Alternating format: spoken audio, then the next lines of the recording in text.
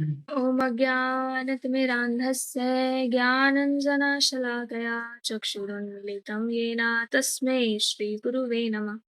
श्रीचैतन्यमनोभीष्टं स्थापितं येन भूतले स्वयं रूप कदा मह्यं ददाति स्वपदान्तिकम्।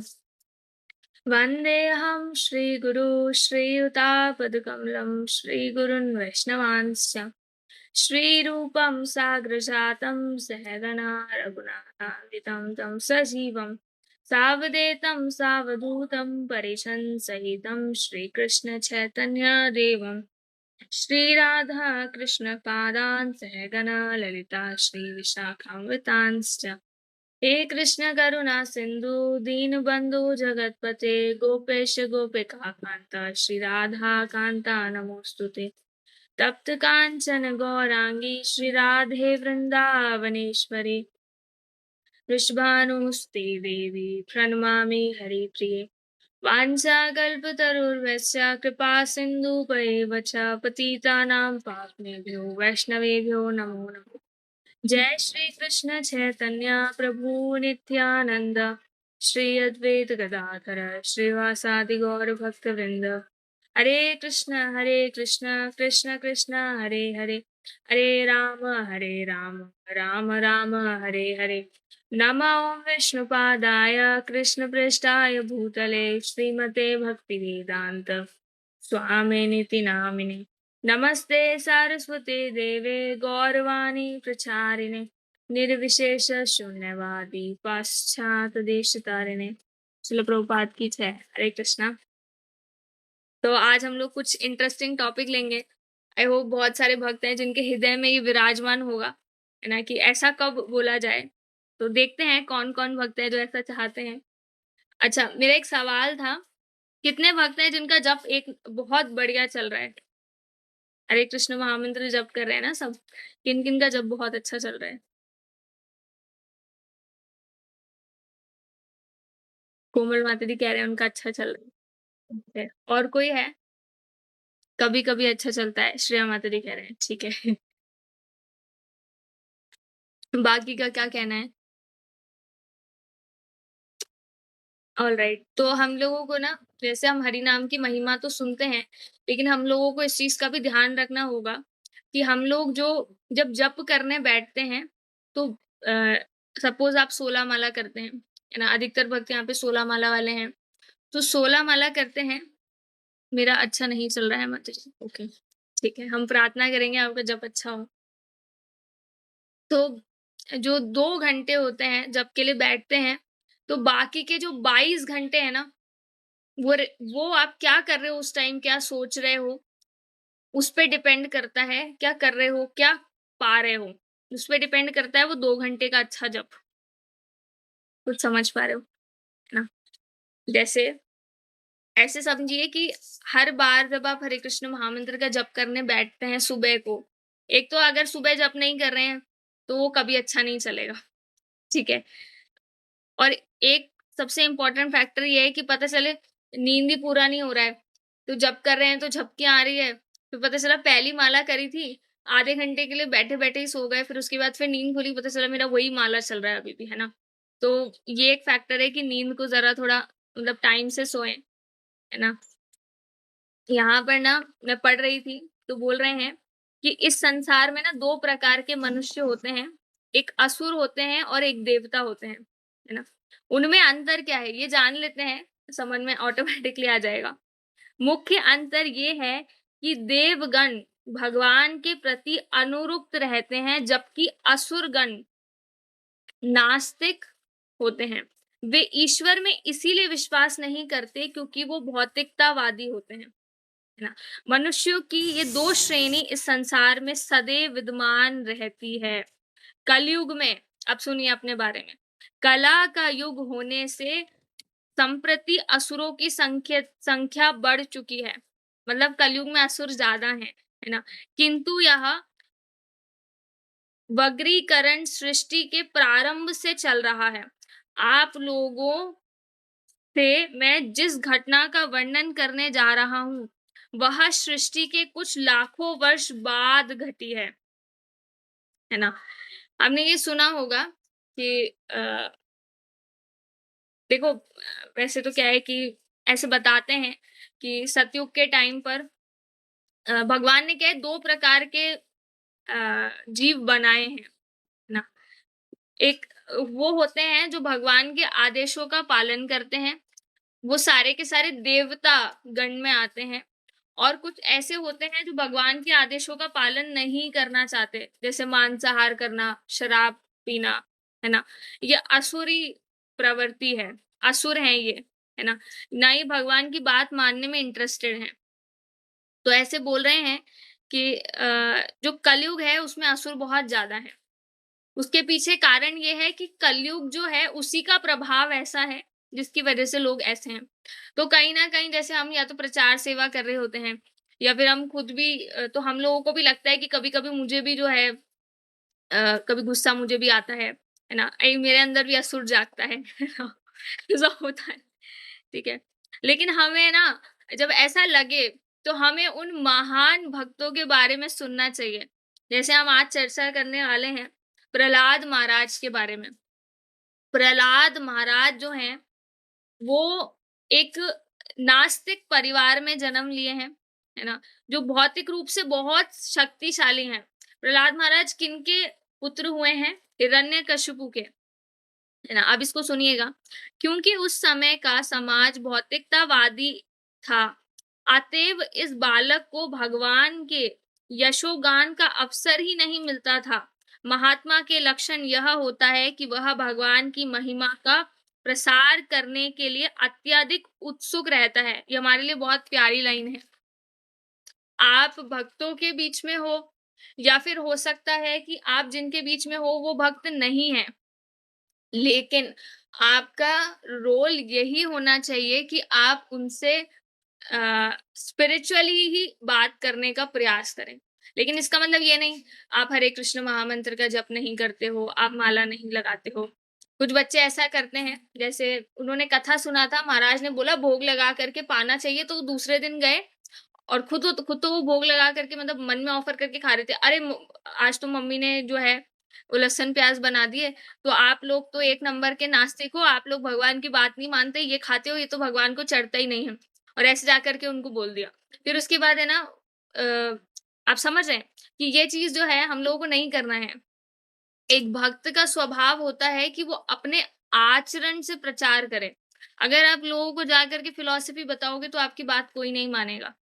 आप उनको जाकर के बोल रहे हो, "अरे तुम लोग माला नहीं करते हो। अरे तुम लोग है ना 4 नियम का पालन नहीं करते हो।" है ना? ये बहुत गलत है, ऐसा नहीं करना चाहिए। हम लोगों को क्या करना चाहिए? हम लोगों को सहन करना सीखना चाहिए। अक्षरा माताजी समझ में आ रहा है? सहन करना सीखना चाहिए। ऐसा नहीं होना चाहिए कि हल्का-सा विपरीत परिस्थिति आई, जा कर के घरवालों पे भड़क रहे हैं। That should not be the case, है ना? हमारा जप खराब होने का ये भी कारण होता है। एक्चुअली में हम खुद से ही परेशान हैं। कल मैं महाराज का एक कोट पढ़ रही थी, है ना? तो उसमें महाराज से एक सवाल पूछा गया था कि महाराज गुस्से का क्या करें? गुस्सा बहुत आता है ना? मैंने उसको स्टेटस पे भी लगाया था, अगर होगा तो आप पढ़ लीजिएगा। तो महाराज बोलते हैं कि हमारे गुस्से होने का कारण ये होता है कि हम क्या करते हैं, दोष दर्शन करते हैं। इसने ये नहीं करा, इसने ये सही से नहीं करा, उसने वो सही से नहीं करा। अब गलतियाँ देख ली, फिर उसके बाद मन करता है कि अरे भाई मैं ही तो महान हूँ। सारी सही चीज़ें तो मैं ही कर रहा हूँ। है ना? फिर ये गुस्सा आता है। पर एक्चुअली में अगर कोई हमें हमारी कमी बताए तो हमें पता चलेगा कि यार हमारे अंदर भी करोड़ों, लाखों, अरबों कमियाँ बैठी पड़ी हैं। है ना? आप समझ रहे हैं? महात्मा का लक्षण यह होता है कि वो भगवान की महिमा का प्रसार करने के लिए अत्यधिक उत्सुक रहता है। उदाहरणार्थ, जीसस क्राइस्ट ईश्वर की महिमा का प्रसार करने के लिए अत्यंत उत्सुक थे, किंतु असुरी लोगों ने उन्हें गलत समझा और उन्हीं उन्हें ही सूली पर चढ़ा दिया, है ना? जीसस क्राइस्ट जब आए थे और वो आ करके इंस्ट्रक्शंस दे रहे थे, हमने एक बार इस बारे में पहले भी डिस्कशन करा था कि जो हमारी अ, वैदिक वैदिक लिटरेचर्स हैं, जिसमें हमारे श्रीमद् भगवद गीता, भागवतम, चैतन्य चरितमृत, है ना? ये ग्रंथ आते हैं। ये वैदिक लिटरेचर्स जो हैं, यही एकमात्र हमें प्रॉपर क्लियर आइडिया देते हैं। इसमें वो भी आ गए, उपनिषद आ गए, वेद आ गए, है ना? लेकिन ये जो कुरान है, बाइबल है, ये वैदिक शास्त्रों में नहीं आते हैं। इनमें कोई फिलॉसफी नहीं दिया हुआ है। इनमें डायरेक्ट आपको इंस्ट्रक्शन दिया हुआ है। तो जीसस क्राइस्ट जो है इंस्ट्रक्शंस देते रहे, ऐसा मत करो, गॉड को अच्छा नहीं लगेगा, ऐसा मत करो, God will not feel good. लेकिन उन नालायकों ने माना नहीं। वो वही मांसाहार करते थे। जबकि ना बाइबल में क्लियरली लिखा है दो शैल नॉट किल। आपको किन्हीं को नहीं मारना है, तो वो ये सोचते हैं कि जो जानवर है उनको मार सकते हैं, इंसानों को मारने के लिए मना करा है। एक छोटा सा बच्चा था, मंदिर में था, है ना, हनुमान जी का मंदिर था। बाहर एक डॉगी बैठा हुआ था मंदिर के बाहर गार्डन में, तो उसको उठा करके पत्थर फेंक करके मारा। उस टाइम पर उनकी माता ने बोला, नो बेटा ऐसा नहीं करते। लेकिन उसको ये नहीं बताया कि जिस तरीके से आप कृष्ण के बच्चे हैं, वो भी तो कृष्ण का है। आप समझ रहे हो? आप बोलते हो कि मैं भगवान से बहुत प्रेम करता हूँ, भगवान मुझसे बहुत प्रेम करते हैं, लेकिन वो आपसे तभी तो प्रेम करेंगे जब आप हर जीव को बराबर प्रेम कर पाएँगे, वो भी तो आपका भाई-बंधु है। आप समझ रहे हैं? अब जीसस क्राइस्ट कहते रह गए, उनका बात नहीं माना और फिर बाद में जाकर के उनको बोलते हैं ना, वो आपने देखा होगा वो पिक्चर, खैर मैं उस बारे में नहीं बताऊँगी, तो उनको बहुत ऊँचा लटका दिया और मतलब सूली पे चढ़ा दिया वैसा वाला। और फिर जीसस क्राइस्ट जो हैं उन्होंने फिर एक लीला खेली, है ना? क्योंकि वो भगवान के भक्त हैं। उसके बाद जाकर के यकीन हुआ, अरे नहीं, he is the messenger of God. तो हम लोगों को क्या करना चाहिए और हम लोग कितना पीछे हैं? आप में से कोई है जो 5 साल का है क्लास के अंदर? तो ऐसा कोई भी नहीं है। जब प्रहलाद महाराज 5 वर्ष के थे, तब उनको स्कूल भेजा गया। पहले का टाइम हुआ करता था कि 5 साल के बच्चे को स्कूल भेजते थे। जैसे ही मनोरंजन का अंतराल आता था और शिक्षक बाहर चले जाते थे, सुनिए, जैसे ही लंच ब्रेक होता था और टीचर्स बाहर चले जाते थे, प्रहलाद महाराज अपने दोस्तों से कहते थे, मित्रों आओ, हम कृष्ण भावनामृत के विषय में चर्चा करें। अब पता है प्रहलाद महाराज की बात कोई क्यों मानेगा? यार इतना प्यारा बच्चा, मासूम सा, सबसे प्रेम से बात कर रहा है, तो ऑटोमैटिकली आधे लोग जो हैं, आधे से ज़्यादा लोग जो हैं, वो उनके फैन हैं। हमारे कोई फैन है? हमारे कोई फैन नहीं है, है ना? हम ऐसा कर भी नहीं सकते कि हम सबसे बोलते हैं ना बराबर का व्यवहार रखें। आपने ये फ़ील करा होगा जब हम स्कूल में पढ़ते थे, अरे ये लड़की अच्छी नहीं है, इससे बात मत करो। अरे ये फ्रेंड्स अच्छे नहीं हैं, इनसे दूर रहो। अरे इसने मुझे अपना लंच शेयर नहीं करा, इनसे बात मत करो। ये हम सबने कहीं न कहीं करा होगा। प्रहलाद महाराज ऐसे नहीं थे। प्रहलाद महाराज ने बोला, आओ मित्रों हम बैठ कर के कृष्ण भावनामृत के विषय में चर्चा करते हैं। यह दृश्य श्रीमद् भागवतम के सप्तम स्कंद में, 7th कैंटो में आता है, श्रीमद् भागवतम के 6th चैप्टर में। प्रहलाद महाराज कहते हैं, मित्रों यह बाल्य अवस्था ही कृष्ण भावनामृत अनुशीलन करने का उचित समय है। और उनके बाल मित्र उत्तर देते हैं, ओह हमें तो खेलना है, हम तो खेलेंगे, है ना? तो यहाँ पर प्रहलाद महाराज कहते हैं कि 5 साल की जो उम्र है, इसमें हम लोगों को क्या करना है? इसमें हम लोगों को भक्ति करना शुरू करना है, हमें कृष्ण भक्ति करना चाहिए। तो उनके दोस्त बोलते हैं कि अरे हम तो खेलेंगे। हम क्यों कृष्णा कॉन्शियस हुए? वो पूछते हैं, हम क्यों कृष्ण भावनामृत ग्रहण करें? तो प्रहलाद महाराज कहते हैं, यदि तुम लोग बुद्धिमान हो, तो बाल्य अवस्था से ही भागवत धर्म प्रारंभ करोगे। भक्ति करना कोई बुढ़ापे का कारण नहीं है। आज कितने बुजुर्ग लोग हैं जो भक्ति करते हुए नज़र आते हैं। अपने आस-पास देखना कितने बुजुर्ग लोग हैं, मुझे तो नज़र नहीं आते। बहुत इक्के-दुक्के वो होता है ना, भ्रमन्ते भ्रमिते कौन भाग्यवान जीव, गुरु कृष्ण प्रसादे पाए भक्ति लता बीज। एक बार एक स्टोरी आता है जिसमें एक बहुत ही अमीर पिताजी होते हैं और उनके 3 पुत्र होते हैं। तो पिताजी का 50वाँ बर्थडे आने वाला होता है और तीनों पुत्र जो होते हैं, वो उनको हिंट देते हैं बार-बार। देखते हैं अब तो मैं 50 साल का होने जा रहा हूँ, अब मुझे क्या गिफ्ट मिलेगा? मेरे बेटे मुझे क्या गिफ्ट देंगे? है ना? तो एक लालसा रहती है, जैसे हर पिता को रहती है कि भई हाँ, मेरे बच्चे मुझे केयर करें। तो जैसे ही बर्थडे आता है तो वो तीनों अपने-अपने गिफ्ट लेकर के आते हैं।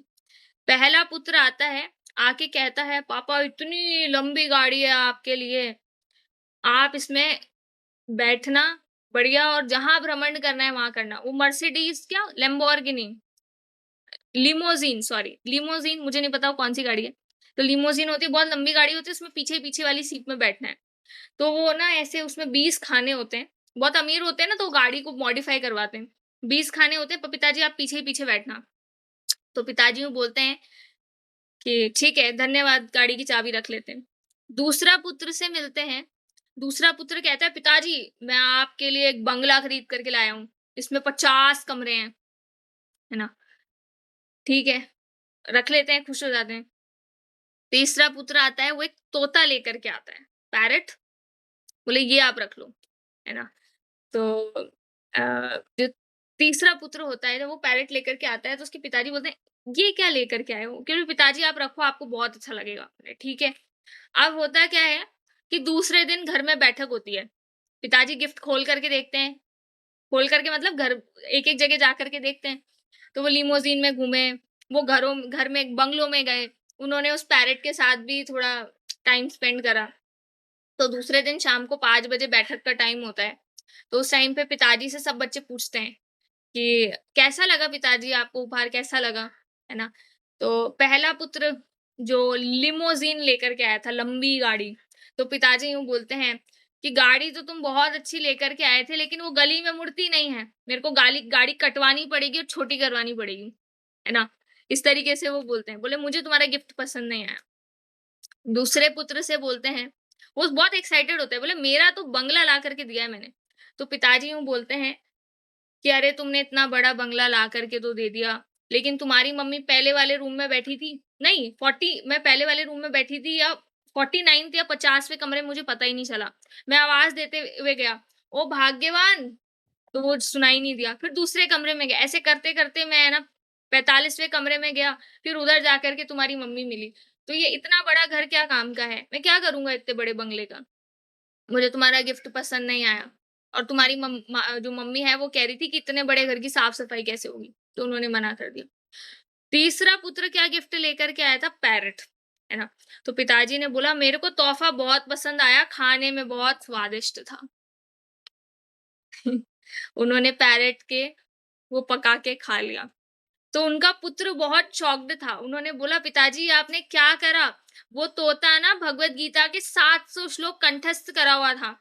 वो आपको भगवत गीता का श्लोक सुनाता, आप उसको बोलते 2.7 बोलो, तो वो बोलता कार्पण्य दोषोपहत स्वभावा ऐसे वो गाता और फिर उसके बाद आपको उसका अर्थ बताता कि पिताजी आपने क्या करा? बोले मैं उसका क्या करूँगा? और उन्होंने उसको पका के खा लिया। कहने का अर्थ ये है कि अगर बाल्य अवस्था से ये श्लोक आता है श्रीमद् भागवतम में 7th कैंटो में आता है 1.1 है शायद, ये 6.1 होगा। आप मैं एक बार कोई भक्त ढूँढ करके इधर डाल सकते हैं कुमारम आचरित प्रज्ञो मुझे पूरा श्लोक सही से याद नहीं है, है ना? तो कुमार अवस्था में 5 साल की उम्र से भक्ति प्रारंभ कर देनी चाहिए। अगर ऐसा करेंगे, तो उसका फ़ायदा, उसका निष्कर्ष क्या है? बुढ़ापे तक कर पाएँगे।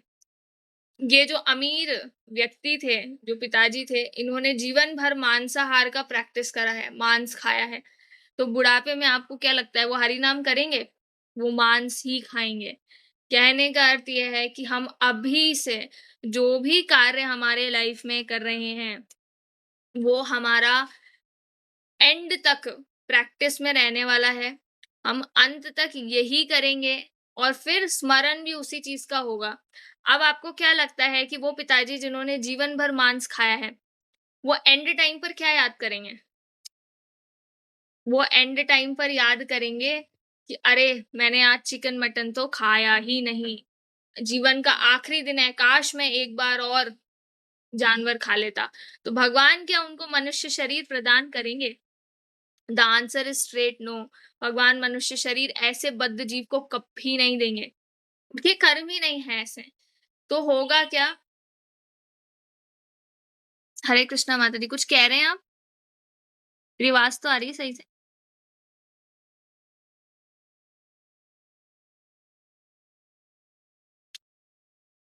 ऑलराइट। तो भगवान उनको कैसा शरीर प्रदान करेंगे? ये भगवद गीता के अनुसार आता है, अंत काले च मामेवा स्मरन् मुक्त्वा कलेवरम्।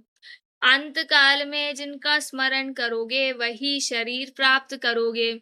तो अगर मांस का स्मरण करोगे, मुझे ये खाना है, तो भगवान बोलेंगे यार शेर का या टाइगर का शरीर ले लो फिर, जब तुम्हें मांस ही खाना है तो। फिर उसमें अच्छे से खाना, उसमें पाप भी नहीं लगेगा। तो भगवान अलाउ करते हैं आपके डिज़ायर्स को कंप्लीट करना। इसीलिए बोल रहे हैं, अगर आप बुद्धिमान जीव हैं, तो आप भगवत धर्म का पालन करना प्रारंभ कर देंगे। अब इसमें एक पता है सबसे बड़ी बाधा क्या होती है? कभी-कभार हम सोचते हैं, माता जी हम बहुत प्रयास कर रहे हैं, लेकिन वो भक्त भक्ति नहीं करते हैं।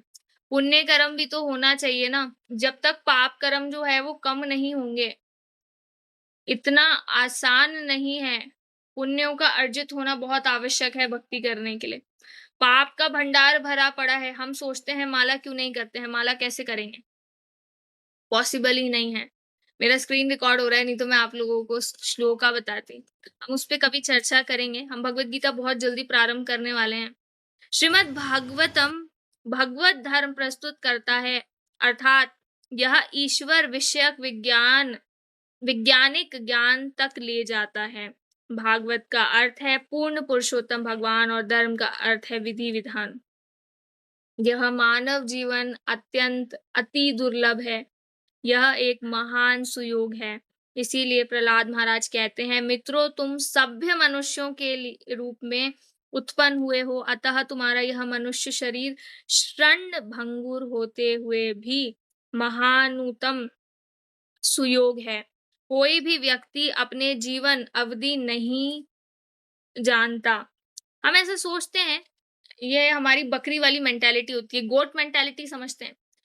बहुत सारी बकरियाँ होती हैं, वो चारा खा रही होती है, मतलब वो घास-फूस खा रही होती है और वो जिस तबेले में होती है, जिस केटल में होती है, तो वहाँ पर ना एक-एक करके बकरियों को मारा जा रहा है, खच करके उनका गला काट देते हैं। तो दूसरी बकरी जो है वो 1 सेकंड के लिए देखती है, ऐसे आँखें उसकी बड़ी हो जाती है, ये क्या हुआ? फिर वो वापस अपनी घास खाने लग जाती है।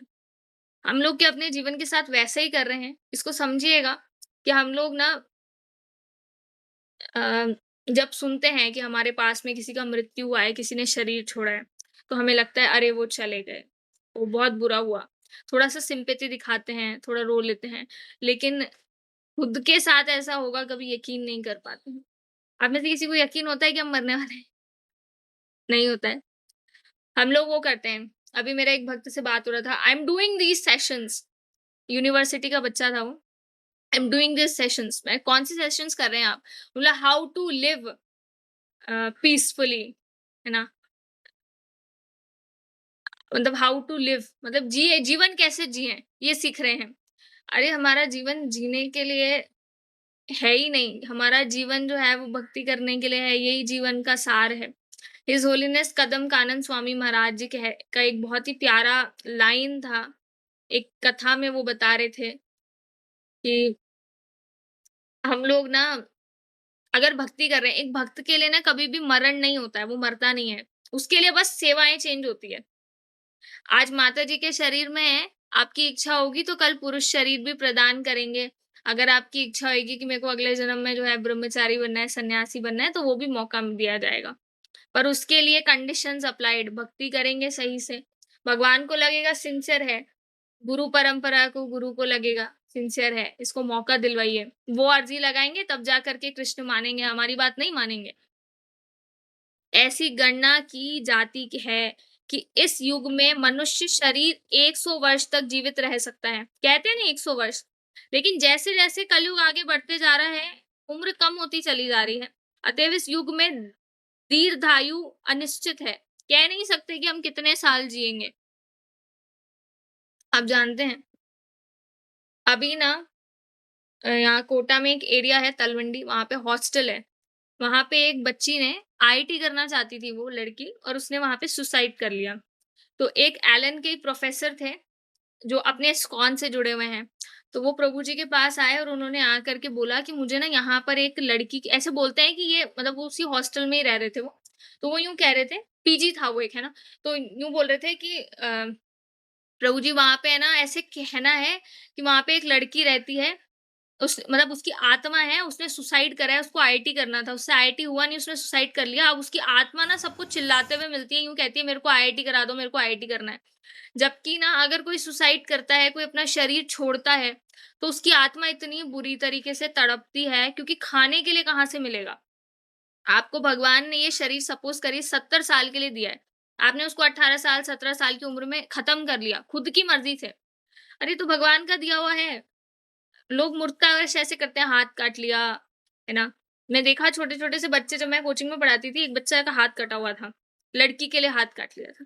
अरे! ये कोई बताने वाला ही नहीं है कि आपका जो ये शरीर है, ये भी आपका नहीं है, ये भी कृष्ण का दिया हुआ है, जिनकी अमानत है। आपकी अमानत सिर्फ़ कृष्ण है ना? हमारे कौन है? हमारे एकमात्र कृष्ण हैं और हम किनके हैं? हम भी कृष्ण के ही हैं। बस इतना सा याद रख कर के जीवन व्यतीत करना है। लेकिन इसका जस्ट ऑपोज़िट होता है। ये मोबाइल मेरा है, ये कपड़े भी मेरे हैं, ये डिग्री भी मेरी है, ये बैंक बैलेंस भी मेरा है, यही चलता है। आप जानते हैं फिर क्या हुआ कि वो प्रभु जी को भी ऐसे उनको बोला तो उनको पहले यकीन नहीं हुआ, अरे भई ऐसा कहाँ? तो फिर उनको किसी ने इस्कॉन सेंटर के बारे में बताया था। तो उनके साथ एक दिन ऐसा हुआ घटना कि वो रात को ना पेपर बना रहे थे, टेस्ट पेपर। बच्चों का टेस्ट था, तो टेस्ट पेपर सेट कर रहे थे और उस टाइम पे ना चिल्लाने की आवाज़ें आती है और उनका आईआईटी और इत्तेफ़ाक से वो आईआईटी के टीचर थे। तो उनका वो जो वो था ना टेबल पे ग्लास उसको धम करके एकदम से वो उछला और फेंक दिया और है ना टेबल पे पानी-पानी हो गया। फिर उसके बाद चिल्लाने की आवाज़ें आती है और उनको वो दिखाई दी। वो कहती है मेरे को आईआईटी करनी है, मेरे को आईआईटी आत्मा चिल्लाते हुए बोल रही है। मतलब देखो आप वो तुरंत दूसरे दिन ही इस्कॉन गए बोले उन्होंने रात को ही प्रभु जी को फ़ोन लगाया, प्रभु जी मेरे साथ ऐसे-ऐसे हो रहा है। उन्होंने बोला कि आप नरसिम्हा कवच का पाठ करिए, आप हरे कृष्ण महामंत्र का जप करिए। उनका पूरा नाइट खराब हुआ, फिर वो सुबह ही मन वहाँ पे आए। फिर उनको 2-3 दिन ऐसा वो दिखा वो फिर मंदिर में रहे थे वो। फिर उनको नरसिम्हा कवच मँगा कर के दिया, फिर उनको वो नज़र आना बंद हो गई। मतलब आप देखो ना जीव में कितना कष्ट है। हमारे अंदर हमारा हृदय इतना कठोर है कि हमें दया नहीं आती है औरों के प्रति। दया करना सीखो, है ना? अगर हम दया नहीं करेंगे, तो हम उनको भक्ति का मौका नहीं दे रहे हैं। हम मतलब अभी समझिए आप लोग भक्त हो, आप उन पे ही नहीं अपने घरवालों पे, अपने मित्रों पे, अपने आस-पास में जितने जीव-जंतु हैं, सब पे दया रखो और सबके लिए कृष्ण से प्रार्थना करो कि कृष्ण प्लीज़ इन्हें भक्ति प्रदान करिए। गुरु परंपरा से बोलो कि प्लीज़ इन्हें भक्ति प्रदान करिए, है ना? हम दया नहीं रखेंगे, हमारा हृदय कोमल नहीं होगा तो हम जप नहीं कर पाएँगे। हमारा हृदय कठोर रखेंगे कि भई मुझे ही भक्ति करना है, इनको जाने दो भाड़ में, नर्क में ही जाएँगे ना जाने दो। 2-4 बार टल के आएँगे ना तो पता चल जाएगा। ऐसा भाव रखेंगे ना तो भक्ति नहीं कर पाएँगे। बहुत मुश्किल है। किसी को स्पेशली जो हमारी अथॉरिटीज़ हैं, जैसे हमारे माता-पिता हैं, हमसे बड़े हैं, है ना? तो हम उनको फिलॉसफी थोड़ी ना बता सकते हैं, वो सुनेंगे क्या? एक एक बच्चा है, जैसे अब मैं अपना एग्ज़ाम्पल दूँ, सपोज़ करिए चलो हो सकता है कि मैं कुछ हद तक सुन लूँ। अभी जैसे मेरा बच्चा है, ठीक है? सुंदर निताई है, वो कल को बड़ा होएगा, वो मुझे बोलेगा, "अरे मम्मी ये आप गलत करते हो, ये आप ऐसे मत करा करो। शास्त्र में ऐसे कहा गया है।" तो पता है मैं उसकी बात क्यों मानूँगी? एक नेचुरल टेंडेंसी होती है, मैं मतलब मैं अथॉरिटी में हूँ, तो मैं बात क्यों मानूँगी?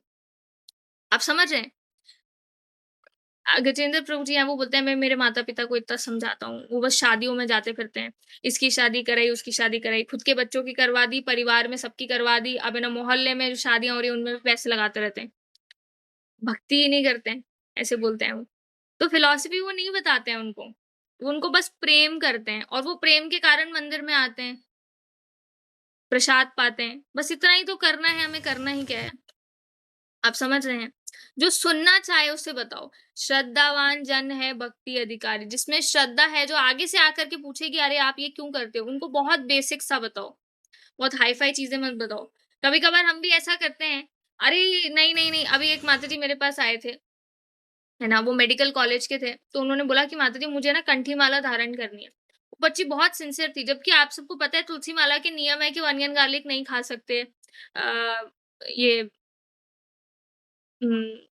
कोई भी मतलब ऐसी चाय वगैरह नहीं पी सकते। तो उस बच्चे का आदत था कि वो चाय भी लेता था और ये अनियन गार्लिक भी खाता था, है ना?